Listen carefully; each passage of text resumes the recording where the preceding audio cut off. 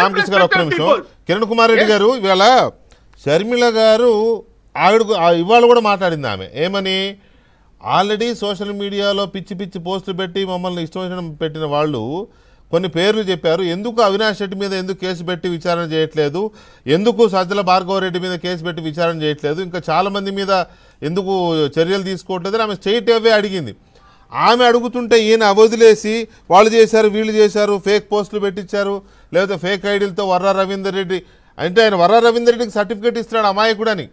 మా చెల్లిని మా అమ్మని తిట్టింది వర్రా రవీందర్ రెడ్డి కాదు, టీడీపీ వాళ్ళే తిట్టారు వీడి పేరుతో అని. మరి అప్పుడు నువ్వేం చేశావు అనే సమాధానం ఏం చెప్తాడో. మమ్మల్ని పిలవడా ఆ ప్రెస్ మీట్లకి, వాళ్ళని పిలుచుకుంటాడు. రైట్. ఎనీవే కిరణ్ కుమార్ గారు చెప్పండి.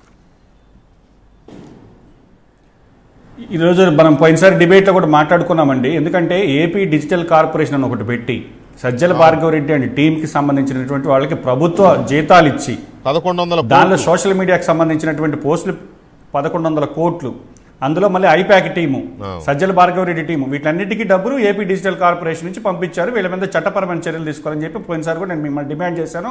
ఆ అనుగుణంగా ఇప్పటికైతే తెలుగుదేశం ప్రభుత్వం ఎటువంటి చర్యలు తీసుకోలేదు. కరెక్ట్. ఒకటి.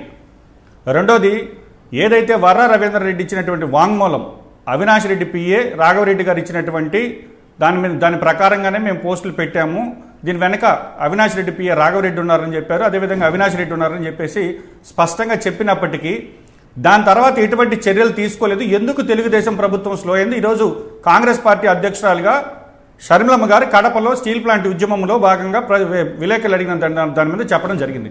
ఈరోజు మేము తెలుగుదేశం పార్టీని డిమాండ్ చేస్తున్న ఎంత పెద్దవాళ్ళున్నా, ఏ పార్టీకి సంబంధించిన వాళ్ళున్నా, మహిళలకు సంబంధించి పోస్టులు పెట్టినప్పుడు చర్యలు తీసుకోవాల్సిందే అని చెప్తున్నాం.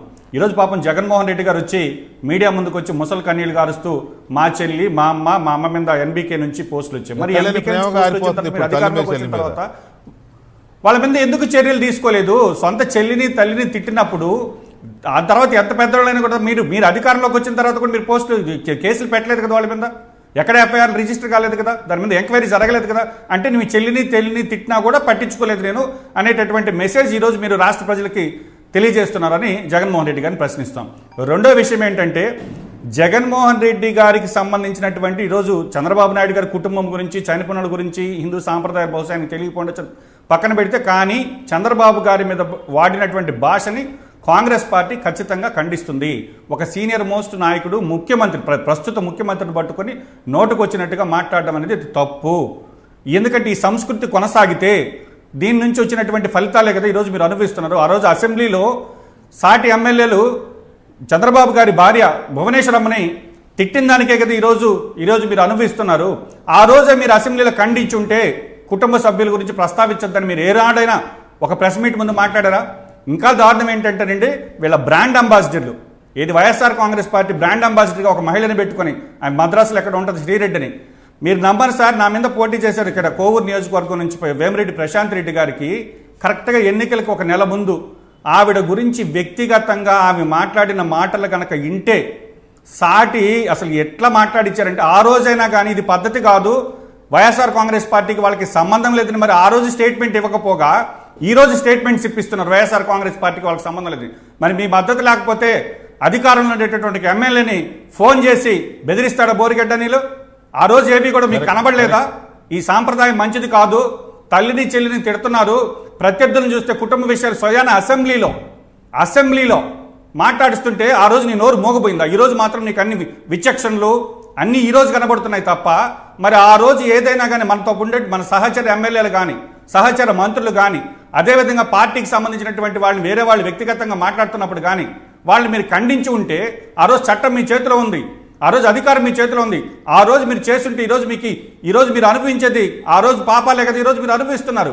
ఈరోజు ఏదో జరిగిపోయింది, ఫేక్ పోస్టులు పెట్టారు, మరి అవన్నీ మీరు చేసిన ఘనకార్యాలే కదా. ఇటు తెలుగుదేశం పార్టీ నుంచి ఐటీడీపీ వాళ్ళు మాట్లాడినా, అదేవిధంగా YSR Congress party social media కార్యకర్తలు మాట్లాడినా, మా పార్టీ అధ్యక్షురాల మీద, అదేవిధంగా రాజశేఖర రెడ్డి గారి సతీమణి విజయమ్మ గారి మీద ఎవరు పోస్టులు పెట్టున్నా కూడా చట్టపరంగా వాళ్ళు శిక్షించాల్సిందే. ఈరోజు ఎందుకు మీరు స్లో అవుతున్నారు? మీ దగ్గర వాంగ్మూలాలు ఉన్నాయి, దీని వెనక ఎవరున్నారో మీకు తెలుసు. కాబట్టి తెలుగుదేశం మళ్ళీ నాకు తెలిసి నేను అనుకుంటున్నా, బహుశా మళ్ళీ పవన్ కళ్యాణ్ గారు వచ్చి గట్టిగా కనుక క్వశ్చన్ చేస్తే కానీ వీళ్ళు ముందుకెళ్ళరా?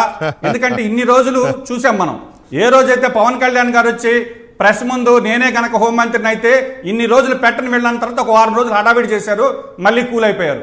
కాబట్టి ఖచ్చితంగా షర్మిలమ్మ గారు చెప్పినటువంటి మాట ప్రకారం ఏపీ పోలీసులు ఎందుకు స్లో అయ్యారు, మీరు ఎందుకు దాని తర్వాత ఉండేటటువంటి పెద్ద తలకాయల దగ్గరికి వెళ్ళలేకపోతున్నారు, మీ మీద ఉండేటటువంటి ప్రెజర్స్ ఏంటి, ఇవి ఈ రోజు రాష్ట్ర ప్రజలకి తెలుగుదేశం పార్టీ వాళ్ళు ఈరోజు ప్యానెల్లో ఉన్నారు, అదేవిధంగా కూటమి వాళ్ళు ఉన్నారు. కాబట్టి ఈ రోజు వాస్తవంగా స్లో అయిన మాట వాస్తవా కాదా, మీరు ఎందుకు టచ్ చేయలేకపోతున్న మాట ఈరోజు మీరు అడిగింది చాలా వ్యాలిడ్ క్వశ్చన్ మీరు అడిగింది కిరణ్ గారు. తర్వాత ఇంకొకటి, ఇవాళ జగన్మోహన్ రెడ్డి గారి మాటలు మాట్లాడడానికి ఏదో ఇంటర్ కనెక్షన్ ఏదో ఉంది. అదేంటి అంటే షర్మిల గారు ఇవాళ మీడియాతో మాట్లాడుతూ ఎందుకు అరెస్ట్ చేయడం లేదు అవినాష్ రెడ్డిని అండ్ భార్గవ్ రెడ్డిని, ఇంకా కొంతమందిని ఎవరెవరి పేర్లు అయితే చెప్పారు అని అడిగిన వెంటనే ఈయన ప్రెస్ మీట్ ఎజెండాలో ముందు పాయింట్లు లేవు, తర్వాత ప్రెస్ మీట్ లాస్ట్లో ఎవరో రాసిచ్చారు, అవి పట్టుకొచ్చి ఇక ఇవంతా చంద్రబాబు మీదకి మళ్ళించి దానికి కొంచెం షీల్డ్ పెట్టుకునే ప్రయత్నం చేశాడు. చంద్రబాబు నాయుడు గారి మీద నిందలేయడం ద్వారా